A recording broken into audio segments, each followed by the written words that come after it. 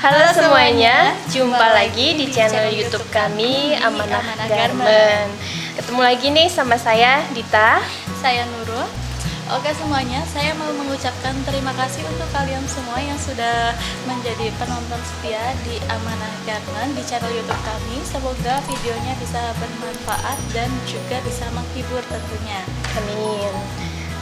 Seru ya kemarin kita sempat bikin video bareng-bareng semua CS tentang beberapa pertanyaan yang sering ditanyakan sama customer. Untuk kalian yang belum nonton video sebelumnya di Q&A, teman-teman bisa langsung cek lagi nonton video kami. Itu banyak sekali informasi yang perlu teman-teman ketahui tentang Amanah Garment. Jadi di video Q&A kemarin tuh kita ambil dari pertanyaan-pertanyaan yang sering muncul dan sering banget ditanyakan sama customer. Untuk kalian yang belum nonton, bisa langsung ditonton, dicek di video sebelumnya. Itu kami seru-seruan di situ ya Kak Nurul ya. Iya, betul. Dan yang tidak kalah penting lagi, kalian jangan lupa untuk like, Subscribe dan share sebanyak-banyaknya. Dan jangan lupa lagi untuk nyalakan lonceng notifikasinya supaya kalau ada video baru teman-teman nggak ketinggalan. Oke, di video kali ini kita mau bahas tentang materi apa Kak Dita? Di video kali ini kita mau bahas atau kita mau berbagi informasi sebenarnya tentang perbedaan antara apa itu tailor, kemudian konveksi, dan perbedaan garment. Karena banyak sekali chat yang masuk ke kami itu biasanya banyak yang nanya, Kak, untuk alamat konveksinya itu di mana? Ya kan? Banyak kan? Banyak Terus ada juga yang nanya, Kak, alamat tokonya di mana gitu. Jadi kita mau saling berbagi info. Sebenarnya bedanya apa sih antara tailor, konveksi, dan garment? Antara tailor, konveksi, dan juga garment itu sebenarnya ada perbedaannya ya. Perbedaan yang paling menonjol itu biasanya ada di tailor. Nah, kalau garment sama konveksi itu biasanya memang agak-agak mirip ya. Jadi kadang ada yang salah mengartikan harusnya konveksi tapi dikiranya itu garment. Nah, yang harusnya garment tapi dikiranya itu konveksi, seperti itu. Kalau kelebihannya tailor apa? Nah, kalau untuk tailor itu biasanya dia lebih eksklusif. Jadi dia dikerjakan untuk perorangan. Gitu. Produk yang dihasilkan oleh tailor ini juga bukan produk kaos atau bukan pakaian santai seperti biasanya, tapi lebih ke pakaian formal atau semi formal. Seperti contohnya itu ada misalnya gaun, kebaya, atau kemeja batik, itu biasanya yang formal biasanya. Oke. Dan untuk pangsa pasar sendiri, kalau untuk tailor tuh nggak dalam skala besar ya, kayak seperti konveksi dan garment. Iya, betul. Kemudian kalau untuk tailor itu biasanya membuat pesanannya itu kalau pas lagi dapat pesanan. Kemudian si pemesan itu bisa benar-benar pesan sesuai keinginannya. Jadi mulai dari model, kemudian dari ukuran, itu benar-benar bisa request. Jadi inilah yang membuat kenapa tailor itu membandrol harga yang lebih mahal atau lumayan tinggi gitu, karena memang kerjaannya juga mendetail. Kerjaannya detail, kemudian mutunya juga terjamin pasti. Kalau konveksi kaos itu berubah menjadi garment, biasanya dia lebih mengejar target produksinya. Sedangkan kalau tailor itu dia lebih mengutamakan kualitasnya dan juga mengejar brand gitu. Karena dia lebih eksklusif tadi. Ya, teman-teman juga jangan heran kenapa sekarang nggak sedikit butik-butik besar itu yang produknya bernilai jutaan berawal dari tailor. Iya. Jadi kalau tailor ini bisa naik kelas istilahnya ya, Iya, itu dia bisa jadi butik dan punya brand sendiri. Kemudian tentu kalau udah ada brand tuh pasti harganya juga juga sudah banyak ya artis-artis yang punya butik sendiri. Iya. Tuh, contohnya. Nah, sudah terbayangkan teman-teman gambaran Tyler itu seperti apa? Di daerah kalian pasti juga banyak untuk Tyler itu yang biasanya mengerjakan pesanan-pesanan yang khusus.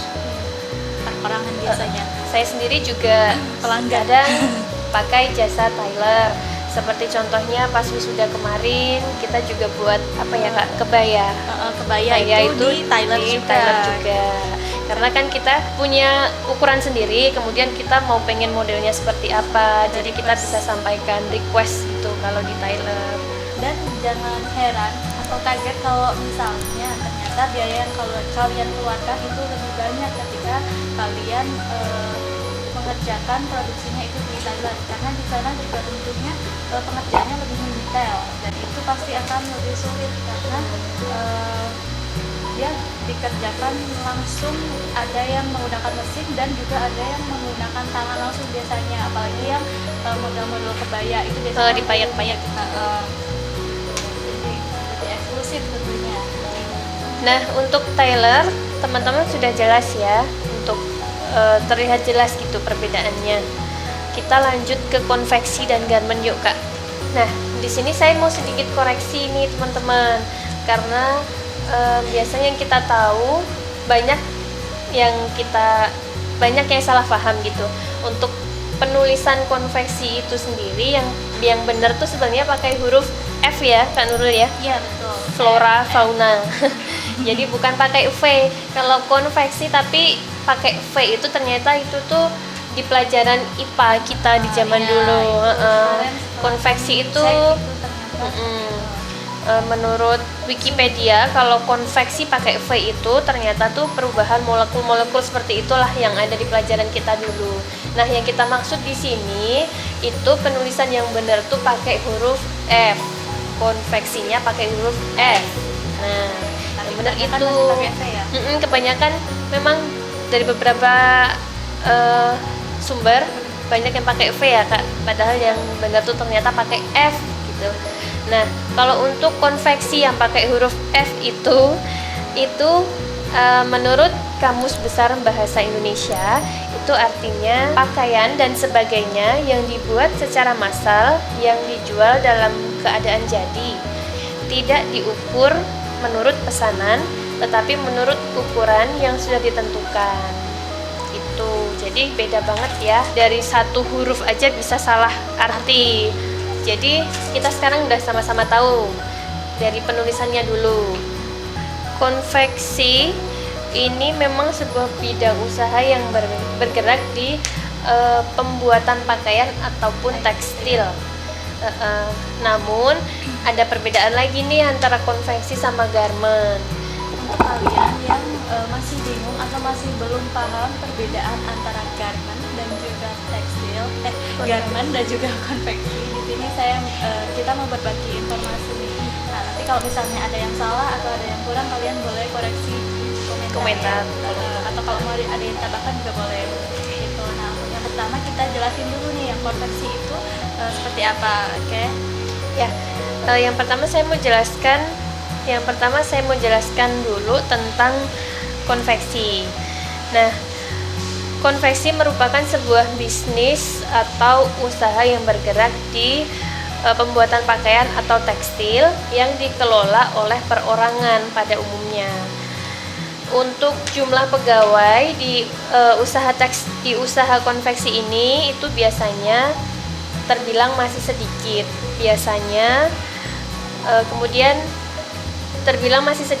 Biasanya tuh jumlah karyawan di konveksi itu nggak banyak Kak, paling yang konveksi yang sudah besar itu paling cuman sekitar 30 orang sampai 50 orang, itu pun ya sudah konveksi gede. Kemudian mesin-mesin yang digunakan juga masih terbatas, belum komplit seperti di garment, nanti dijelaskan.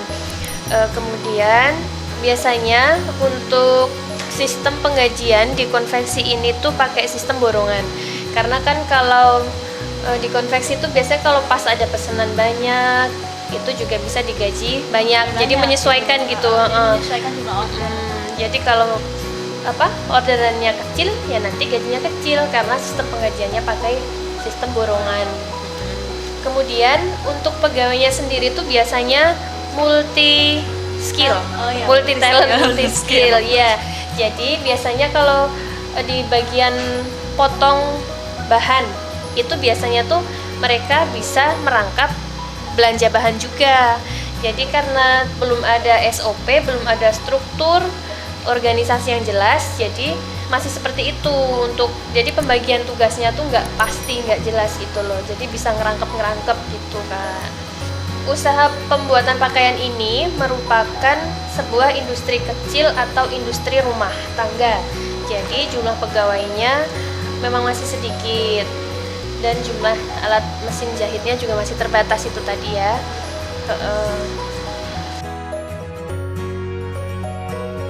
Di konveksi ini biasanya belum ada SOP. Beda dengan seperti di garment ya. Kalau di garment nanti dijelaskan sama Kak Nurul.